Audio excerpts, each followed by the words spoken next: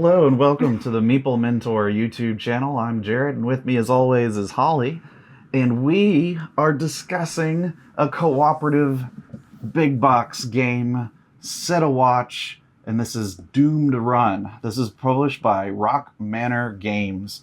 There are multiple standalone expansions of Set a Watch, and the Doomed Run essentially adds some extra content and then combines all of that into one big campaign with all sorts of characters that you can unlock through side quests, with special mythic items, and of course the merchant from one of the expansions, Sword of the Coin expansion, if I believe I'm saying it right. This game is by Todd Walsh and Mike Gnade. So with the Doomed Run full box, it says right here on the back, it's not an expansion. In order to play through all 7 realms, which is kind of what this is set up to do, you need the base game, you need Swords of the Coin, Forsaken Isles, and Outriders. So all of that fits in this box and combines together with the Doomed Run campaign and rulebook that they've got that combines all that stuff. So we played this through. And we're still playing. We're still playing through because we keep dying on realm like 2 or 3. Yeah. So in a given realm, you've got essentially, I think it's 12 or 11 or 12 locations to get through in a given run. And every 4, you get a game break card, which lets you kind of reset a little bit, reshuffle some things. And it gets a little tricky. So you get a new location, you continue on. Part of this is the fire that you have to keep lit, and basically how high that fire is on its meter allows you to reveal certain creatures in the attack line that come after you.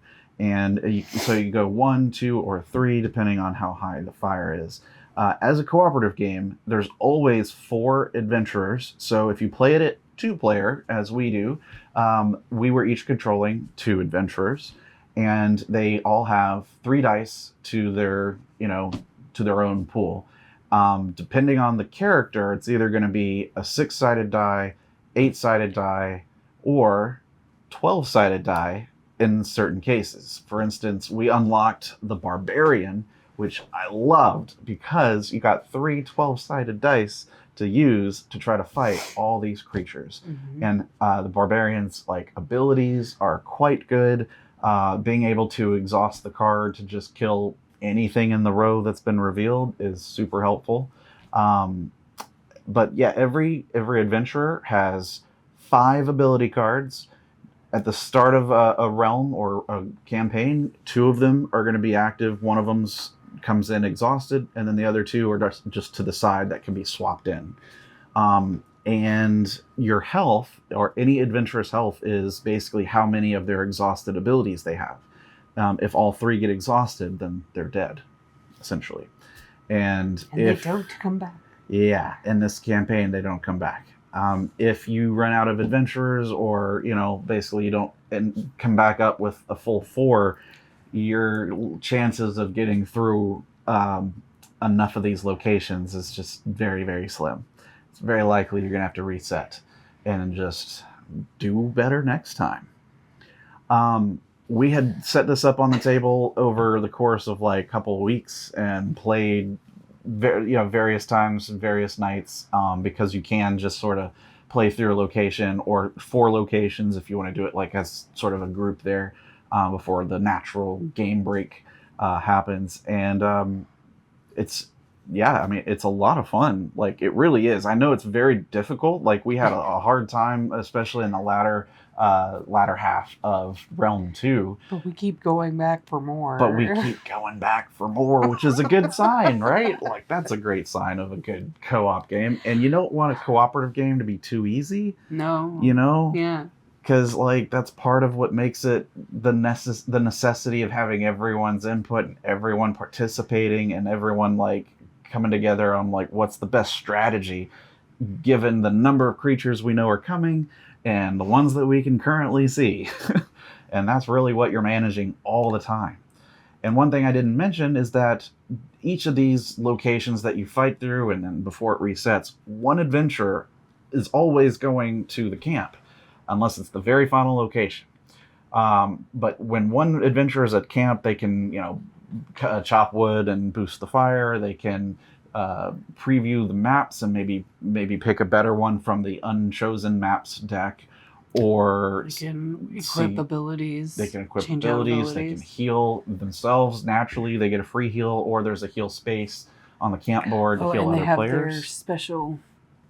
Every adventurer has like a special camp action that is, like a powered up, ability that you can do once, when you go to camp.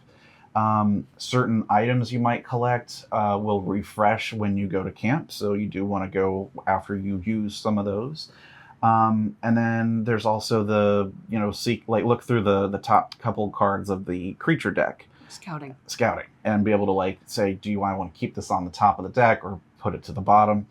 You also have runes at the camp that you can use if you roll doubles or triples, which will let adventurers reroll dice, seal an enemy, and vanquish. Yeah, so the vanquishing gets rid of a creature from the horde deck, out of the game.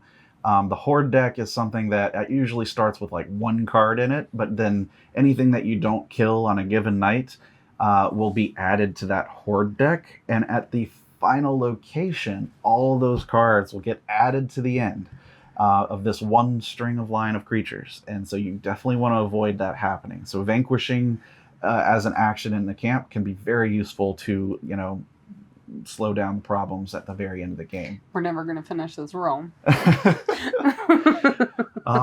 And then the sealing is basically it refers to the unhallowed creature deck, which is like a set of creatures. It's like a creature type of thing that are more difficult than normal creatures you come across, and they can come in whenever a summon card pulls them into the game. They are very difficult, and if you're sitting there thinking, "Oh, that doesn't sound too bad," when you investigate, explore certain map locations, they dull your fire, and they bring out at least 5 to 8 monsters. Yeah. And that is difficult. It is difficult. And they steal your dice. Yes, there are some that steal your stuff. Or they activate. Bring out other guys, and it's intense. Keep adding more undead creatures to the end of the line, because zombies come as a horde, I guess. Pretty intense.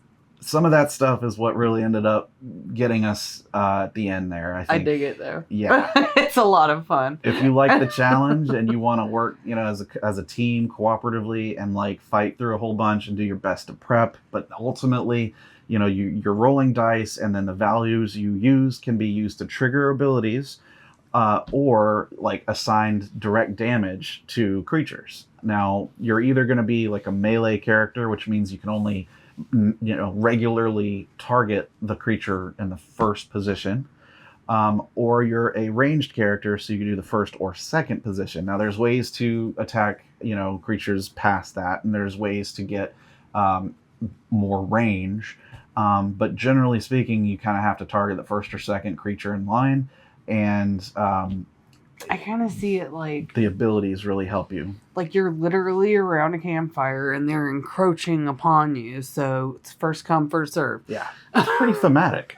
Yeah. I mean, it does make you feel like it's you're very trying thematic. to survive, protect the camp. Yeah. As you're scouting out this land for the queen, and there's a whole story to it, and a whole, like I said, it's like a campaign, so you can really get into it. I think it's got very solid gameplay, and I think if you like the base game, which definitely start with the base game. If you like the gameplay of that and you want more, I mean, doing the Doomed run is the ultimate challenge. And there's 7 realms, so you start with realm 1, and after you beat that, then you get the ability to open the envelope. Right? Everyone loves to open the envelopes for the special new content.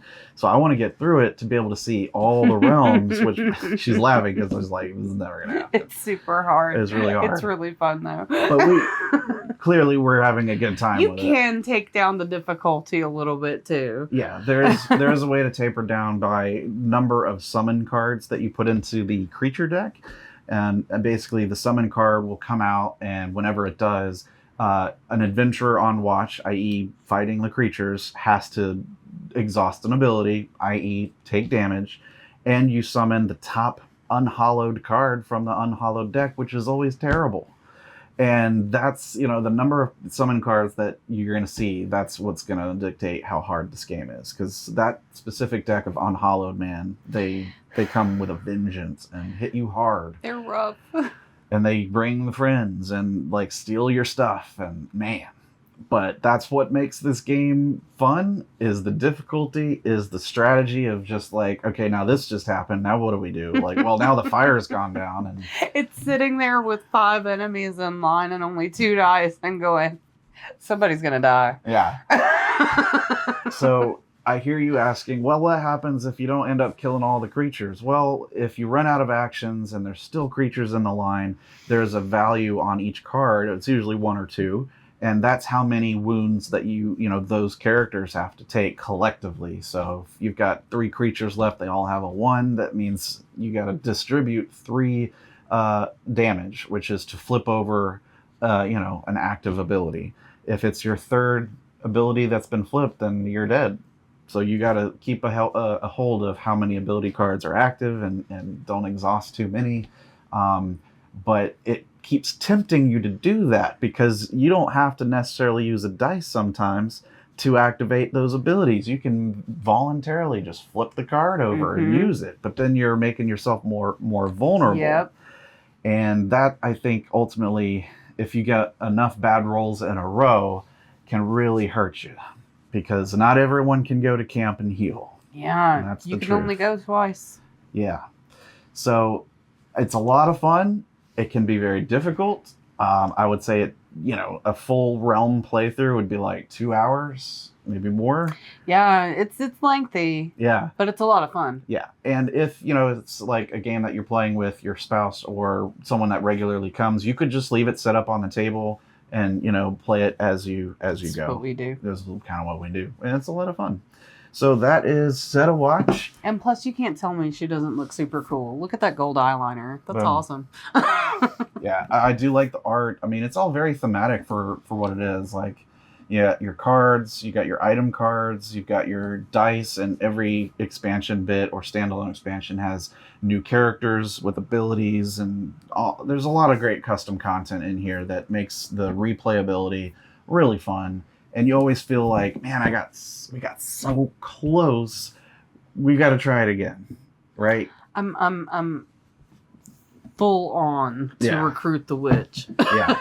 So like we're thinking next time, let's hope, because the side quests are how you get some of these new characters added into the game. And when you choose a side quest of 3 drawn, that also comes with like a penalty that you have to sort of absorb while you complete that set of 4 locations.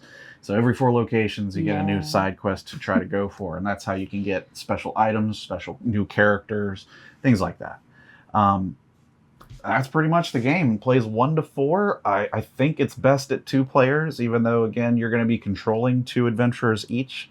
But it was fun. I really enjoyed it. I'd recommend it if you like co-ops. I think it's probably good at 2 as well because I can see the person that goes to camp getting bored. Yeah. Yeah, because the watch phase where everyone else is like everybody's playing and they've already just like assigned their dice. All right, well, I'm gonna go get a drink or something. Yeah. I don't know. Go for it. Go guys, you got this. You can do know. it. Yeah. So but it's like these natural rests going on for like characters. So that, like she mentioned, each one can only rest or go to camp twice in a given run in the doomed run. So that's that. It's good stuff though. It's a good game. It's good stuff. It's a lot of fun. Thanks for watching this review. I've been Jared. I'm Holly. I'll see you next time.